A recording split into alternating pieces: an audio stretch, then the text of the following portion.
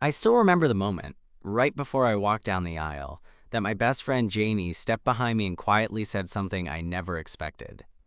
It wasn't the usual "you got this" pep talk or some last-minute wedding advice. No, it was something so simple but so charged that it's haunted me ever since. Okay, let me back up a bit, because if I started with just that, it probably sounds like some cheesy rom-com moment. But this wasn't a movie. This was real life, in a tiny chapel tucked away on a rainy Saturday afternoon, with my heart pounding like I had just run a marathon. I was about to marry a woman I'd been with for 5 years, and everything felt surreal. So there I was, in a small dressing room behind the chapel, fumbling with my tie and trying not to sweat through this expensive suit. I'm not exactly what you'd call a tie guy. Honestly, I'd been practicing this knot for weeks, trying not to mess it up on the big day. And then Jamie, my roommate since college, and the guy I'd known longer than anyone else, walked in.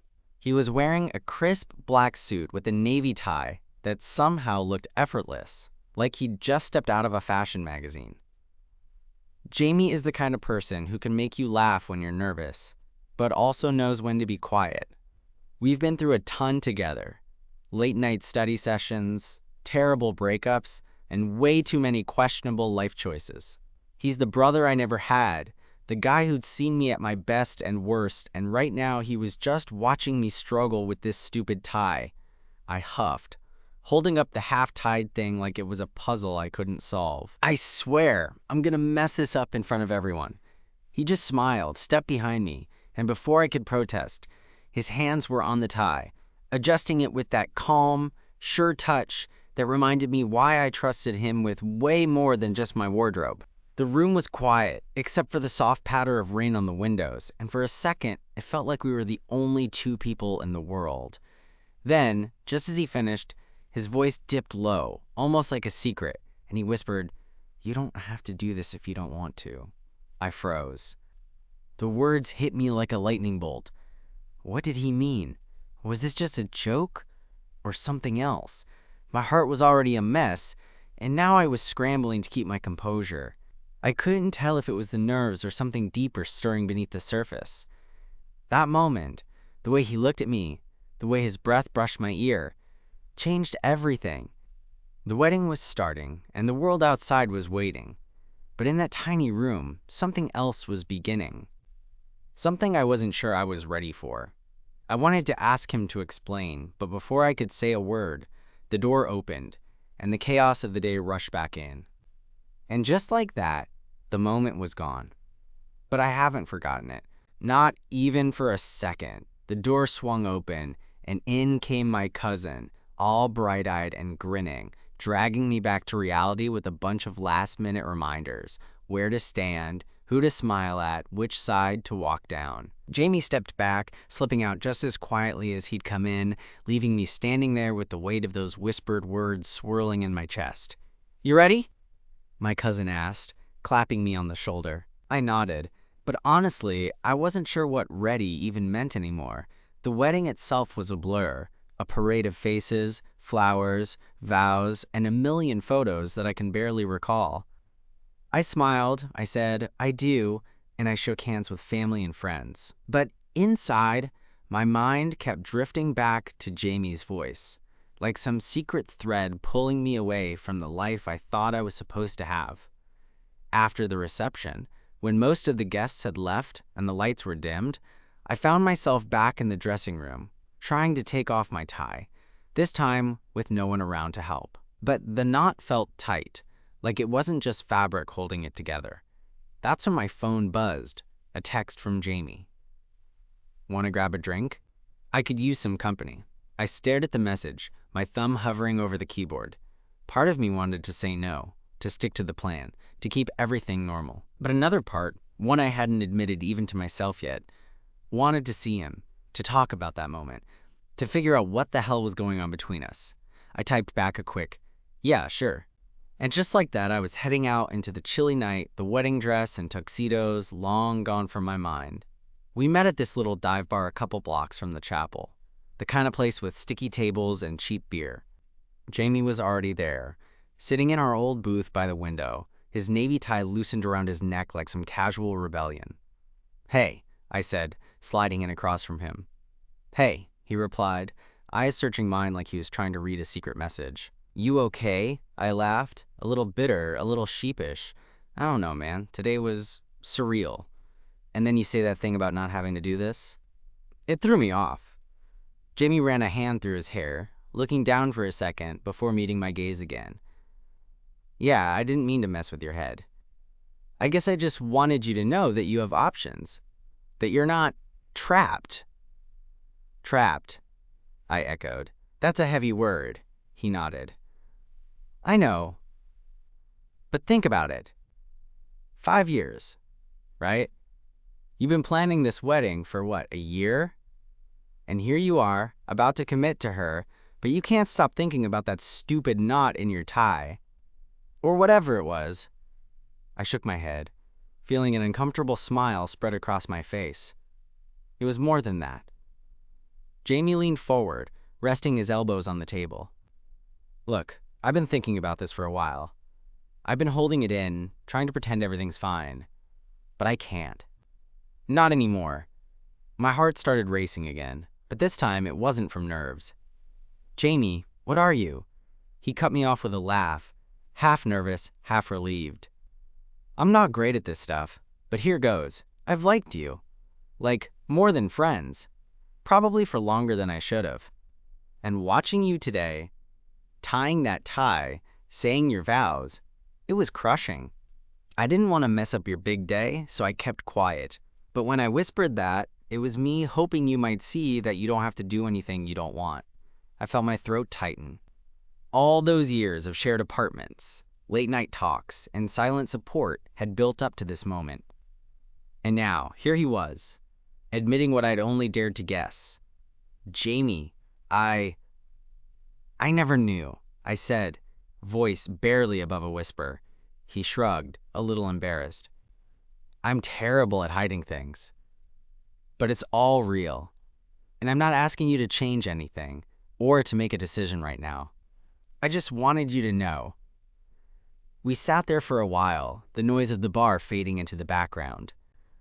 I thought about the wedding, about the life I was supposed to have, and about this unexpected possibility sitting across from me. Finally, I said, "Can I ask you something? Anything. Have you always felt like this? Or did something change?" Jamie smiled, a little wistful. "I think I always knew. Maybe I just needed to see you in a suit before I could say it out loud." We laughed, the tension breaking just enough to breathe again. But underneath it all, I knew that nothing was going to be the same. That night, I didn't go home to my new wife.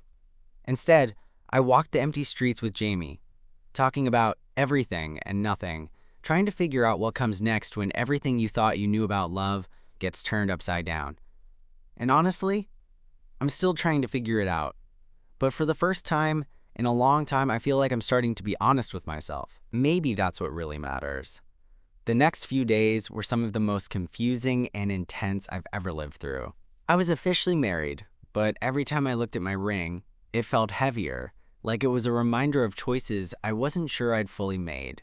Jamie and I kept texting, slowly, carefully, like we were both trying to test the waters without drowning. It wasn't like we planned to dive headfirst into something chaotic. We just started with jokes, the kind we used to share back in college, the ones that made me laugh so hard it hurt. Then, little things began to slip in between the lines. How he'd ask about my day, or mention something that reminded him of me. It was subtle, but electric. One afternoon, I found myself at our old coffee shop, the place where we spent hours cramming for exams, or just zoning out with lattes. Jamie was already there when I got in, sitting by the window with that same easy smile that made me feel like maybe, just maybe, things could be okay. "Hey," he said, standing to hug me. It felt natural, like coming home after a long trip. "Hey," I replied, the words soft, almost shy. We slid into our usual booth, the one with the cracked vinyl seat that no one else wanted. Outside, the city buzzed like it always did, but in there, time seemed to slow down. So, Jamie began, stirring his coffee. "How's married life treating you?" I gave a dry laugh. Honestly, it's weird. I'm grateful, don't get me wrong, but something feels off, like I'm living someone else's story. He nodded, the seriousness settling over him. That makes sense. You've been playing a role for so long that it's hard to remember who you really are. Exactly. I leaned back, running a hand through my hair. And then there's you. I keep replaying that moment before the ceremony. Your words. It stuck with me. Jamie's eyes softened. I meant every word. I just didn't know how to say it without wrecking your day. You didn't wreck it. You saved me in a way. He smiled, but there was a flicker of something more. Hope, maybe? I'm here, whenever you want to figure it out. We talked until the afternoon light faded, about everything and nothing. And as the sun dipped behind the buildings, I realized that I hadn't been this honest with anyone in years. But honesty can be scary. Over the next week, I tried to balance the two halves of my life. By day, I was the newlywed husband, hosting dinners with my wife's family, planning future vacations, and pretending the knot in my chest wasn't tightening. By night, I talked to Jamie about the things I couldn't say out loud. He didn't pressure me. He just listened and waited. That patience made all the difference. One evening, Jamie showed up at my apartment unannounced with 2 beers and a grin that said he had a plan. Sit back, he said, tossing me a bottle. We're going to watch all the bad sci-fi movies we can find and pretend the world outside doesn't exist. I laughed, grateful for the distraction. As we settled in, I felt something shift, the space between us closing without words. Halfway through the first movie, Jamie nudged me. You ever wonder what it'd be like if we'd met under different circumstances? I looked over, curious. Like, what? He shrugged. Like, if I'd told you how I felt years ago, or if you weren't about to be married to someone else. The honesty was raw, and suddenly the room felt smaller, the air thicker. I think about it. I admitted, more than I probably should. Jamie reached out, his hand brushing mine. It was electric and terrifying all at once. I'm scared, I said quietly. Scared of what this means. Of hurting people. Of changing everything. He nodded slowly. Me too. But maybe some things are meant to change, if we're brave enough to let them. That night, I lay awake, Jamie's words looping in my mind. The life I'd built felt like a house of cards, and the wind was starting to blow. Days later, I met my wife for coffee. We talked about the wedding, our plans, the future. I saw the love in her eyes, and I felt a pang of guilt so sharp it nearly stopped my heart. She was kind, thoughtful, and had been my partner for years. But I was hiding something from her, a part of myself I hadn't fully faced. After our meeting, I called Jamie. We need to talk, I said. He was quiet on the line. Whenever you're ready. The conversation that followed was the hardest I've ever had. I told him everything, my doubts, my fears, the pull I felt toward him. Jamie listened without judgment, steady and sure. When I finished, he said simply, "Whatever happens, I'm here. No pressure, no expectations. Just you." For the first time in a long time, I felt a flicker of hope. Not the kind that demands perfection or certainty, but the kind that whispers maybe. Just maybe. There's a way forward I haven't seen yet. I don't know what the future holds. I don't have all the answers. But as I sit here now, writing this out, I realize that sometimes the hardest truths are the ones that set you free. And Jamie? He's not just my best friend anymore. He's the spark that reminded me who I really am beneath the suit and the tie. The days that followed were a whirlwind I wasn't prepared for. I had to confront the reality that I'd been living a double life, one filled with obligation and expectation, and another simmering quietly beneath the surface, full of questions about who I truly was and what I wanted. I decided I couldn't keep pretending anymore. So one evening, I found myself sitting across from my wife Claire at our favorite little Italian place, the one with the checkered tablecloths and the best tiramisu in town. She smiled at me like nothing was wrong, but I could see something in her eyes. Maybe a hint of suspicion, or just the usual wedding day glow. I took a deep breath. "Claire, we need to talk." Her smile faltered, and she nodded slowly. I told her everything. About Jamie, about the knot in my chest that wouldn't untie itself. about the whispered words before the ceremony, about the confusion and the feelings I'd been burying for years. There were moments when I thought I'd never get the words out, but somehow I did. She didn't yell. She didn't cry. Instead, there was this quiet sadness that settled over her, like she was mourning a future she had already imagined. And then she said something that surprised me. "I'm glad you told me," Claire said softly, "because I want you to be happy, even if it's not with me." It was the kindest, most painful thing I'd ever heard. We agreed to take some space. I moved back into my apartment with Jamie, who welcomed me without hesitation, like I'd never left. The awkwardness between us was there, but it was also filled with this raw honesty that made everything feel more real. One night, a week after the conversation with Claire, Jamie and I were sitting on my couch, sharing a bottle of whiskey and talking about the future. The city lights filtered in through the window, casting long shadows across the room. "Do you want to try this?" Jamie asked, reaching out to take my hand. I hesitated, heart pounding. "Yeah, I think I do." The first kiss was tentative, like we were both testing uncharted waters. But then it deepened, and all the years of buried feelings spilled out in that one moment. It was messy and imperfect, but it was ours. Afterwards, we just sat there, hands entwined, listening to the hum of the city. For the first time in forever, I felt like I was exactly where I was supposed to be. But life rarely makes things easy. Claire reached out a few days later, asking if we could talk again. I agreed, nervous but knowing it was necessary. We met at a quiet park, the early spring air crisp and fresh. She smiled, genuinely this time. "I've been thinking a lot.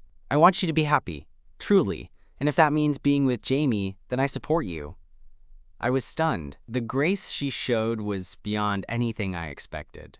We talked for hours, about the past, about mistakes, about forgiveness. By the end of the conversation, there was a sense of closure, not bitterness. Jamie and I started to navigate our new relationship, taking it slow. We didn't have all the answers, but we had each other, and that felt like a good place to start. We spent weekends exploring the city, rediscovering old haunts, and making new memories. One afternoon, we found ourselves at the park where Claire and I had met years ago. The spot felt bittersweet, but Jamie squeezed my hand and smiled, reminding me that new beginnings often come from endings. There were still moments of doubt and fear, questions about what friends and family would say, about the future, about whether I was making the right choice. But with Jamie, those fears felt lighter, like I could carry them a little easier. One night, as we were walking home under the streetlights, Jamie stopped, looked at me and said, "I'm glad I helped you tie that tie, because it brought us here." I laughed, shaking my head. "Who knew a stupid necktie could change everything?" He grinned. "It's not the tie. It's the guy wearing it." I pulled him close, feeling a warmth that had nothing to do with the whiskey we'd shared. "Yeah, it's definitely the guy." And at that moment, with the city around us and Jamie's hand in mine, I knew that whatever came next, I wasn't alone anymore. Things between Jamie and me settled into a kind of rhythm I hadn't expected. It wasn't perfect. Far from it. There were still mornings when I'd wake up and feel the weight of the broken pieces from the life I'd left behind pressing down on me. But then I'd look over at Jamie, sprawled out on the couch with his usual messy hair and that lazy smile, and it reminded me that maybe I was exactly where I needed to be. One evening, a couple of months after we'd started officially dating, Jamie suggested we cook dinner together. It was a Saturday, and the apartment smelled like garlic and basil by the time we finished. We were laughing over some silly cooking disaster, me accidentally knocking over the salt shaker, and Jamie trying to rescue the dish with some ridiculous amount of pepper. Sitting at the small kitchen table, Jamie reached across and took my hand. His eyes caught the soft light from the pendant lamp overhead, and for a beat, everything else faded. "I was thinking," he said, his voice quieter than usual, "about that moment before your wedding, when I whispered that to you." I smiled, feeling my cheeks warm. "Yeah?" He squeezed my hand gently. "I don't regret it, not even for a second. But I also realized how complicated it must have been for you, to have all those feelings and to be caught between two worlds." I nodded slowly. It was like standing at a crossroads blindfolded. I was scared to make a wrong turn. Jamie looked at me then, searching. as if trying to read my soul. "Do you feel like you're on the right path now?" For a second, I hesitated, because the truth was I still had doubts. The ring on my finger was gone, but the memories, the history, they didn't just disappear overnight. "I'm getting there," I said finally. "I'm trying." He smiled, the kind of smile that made my heart skip. "That's all I'm asking, that we try, together." As we leaned into each other, the city outside our window seemed less intimidating, less like a chaotic maze and more like a place full of possibilities. But life, as it often does, had other plans. One afternoon, about a month later, I got a message from Claire. She wanted to meet, just to talk. I wasn't sure what to expect, but agreed. We met at a quiet cafe, the same one where we'd had some of our best dates. The smell of coffee and pastries filled the air, but there was a tension I couldn't shake. Claire looked different, more grounded, but with a sadness that tugged at my heart. "I wanted to say thank you," she started, "for being honest with me, for not dragging things out or pretending." I reached across the table, taking her hand gently. "You deserved the truth." She gave a small smile, then took a deep breath. "I've been thinking a lot about what comes next. I want to be supportive, but I also want us to find a way to be in each other's lives. Maybe not like before, but still important." I felt a lump form in my throat. "I'd like that. I want you in my life too." We talked for hours about forgiveness, about healing, about the future. And in that moment, I realized that love isn't always neat or simple. Sometimes it's messy, complicated, and full of unexpected turns. When I told Jamie about the conversation later that evening, he smiled knowingly. "You're handling this with more grace than I could have imagined." I shrugged, feeling both exhausted and relieved. "I'm learning, slowly." Our relationship deepened after that. We faced challenges, awkward family gatherings, old friends who didn't quite understand, but each hurdle made us stronger. I introduced Jamie to some of my close friends, and while there were some raised eyebrows, there was also acceptance. It felt like a new beginning. One weekend, Jamie and I decided to take a short trip out of the city, a small cabin tucked away in the woods. No phones, no distractions, just us and the quiet. On the last night there, sitting by the fire with the stars overhead, Jamie looked at me with that familiar tenderness. "I know we said we'd take things slow, but I want more. When you're ready." My heart raced. "More how?" He reached out, brushing a stray lock of hair from my forehead. "I want us. Officially. Fully. No more half measures." I smiled, feeling a warmth spread through me. "I think I'm ready." We sat there in silence for a while, the crackling fire filling the space between us. And in that quiet moment, I felt something I hadn't in a long time, a sense of peace. Life still had its uncertainties, but with Jamie by my side, I knew I could face whatever came next. Because sometimes, the best things happen when you stop trying to tie yourself into knots and just let things be. And maybe, just maybe, that whispered moment before my wedding wasn't the end of a story, but the beginning of something beautiful. After that night in the cabin, things started to feel different, more real somehow. Jamie and I had crossed some invisible line, and even though we hadn't put a label on it, the weight of what we shared hung in the air between us. I kept catching myself smiling at the smallest things, the way he looked when he wasn't trying, or how his hand found mine without us even thinking about it. Back in the city, life was slowly falling into a new pattern.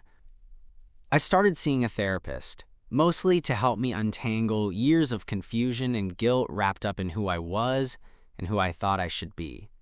Jamie was supportive, of course. He even came to a session with me once when I asked. We talked about everything, my wedding, my doubts, the way I'd felt trapped by expectations. The therapist said something that stuck with me. You don't have to live a life that doesn't fit. Sometimes you just need to find the courage to change the shape. It wasn't easy. There were nights when I'd lie awake haunted by memories, wondering if I'd hurt Claire too much, or if I was being selfish. I missed the life I thought I wanted, but I knew deep down that wasn't the life I needed. One evening, Jamie and I went out for dinner at a little jazz bar we'd discovered on one of our walks. The dim lighting and smooth saxophone made for the perfect backdrop. We sat close, fingers intertwined, sharing stories and laughter. Halfway through the night, Jamie looked at me with one of those quiet, steady gazes that always got under my skin. "I've been thinking," he said, "about us, about what this really means." "What do you mean?" I asked, heart suddenly racing. He took a deep breath. "I want to be with you, not just in the easy moments, but in everything. The good days, the bad ones. I want us to be official, to build something real." I swallowed hard. "I want that too, but I'm scared. Scared of what people will think, and scared of how complicated this all is." Jamie smiled softly. "Complicated is life, but it's worth it if we're honest with each other." That night, we talked for hours about fears, hopes, and what the future might look like. It was the first time I allowed myself to imagine a life where I was truly free to be myself. A few weeks later, Jamie surprised me by taking me to a small art gallery opening.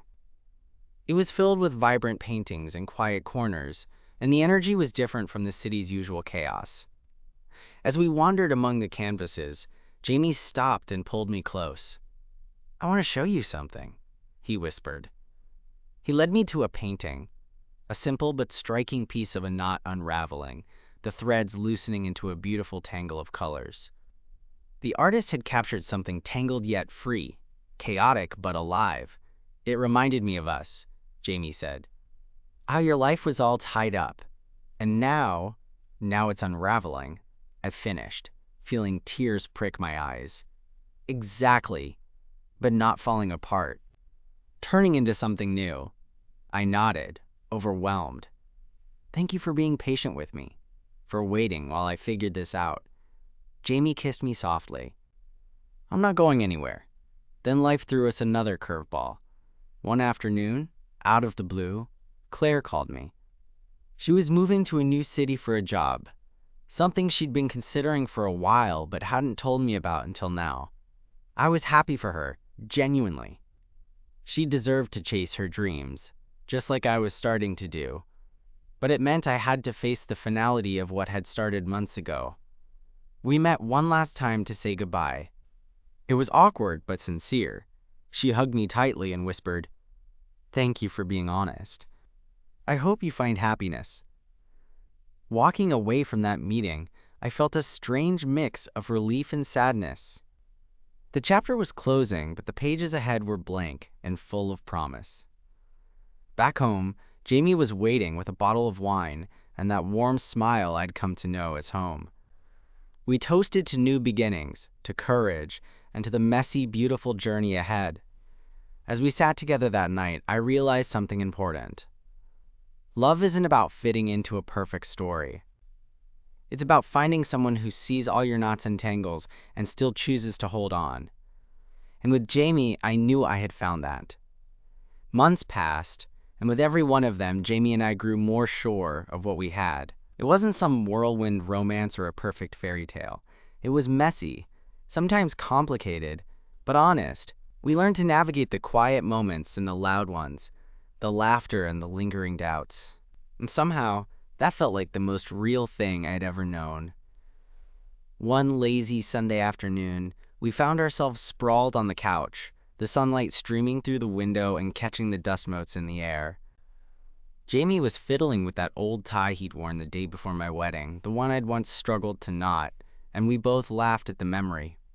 "You know," he said, "I never thought a stupid tie would end up being such a big part of our story." I smiled, feeling that familiar warmth spread in my chest.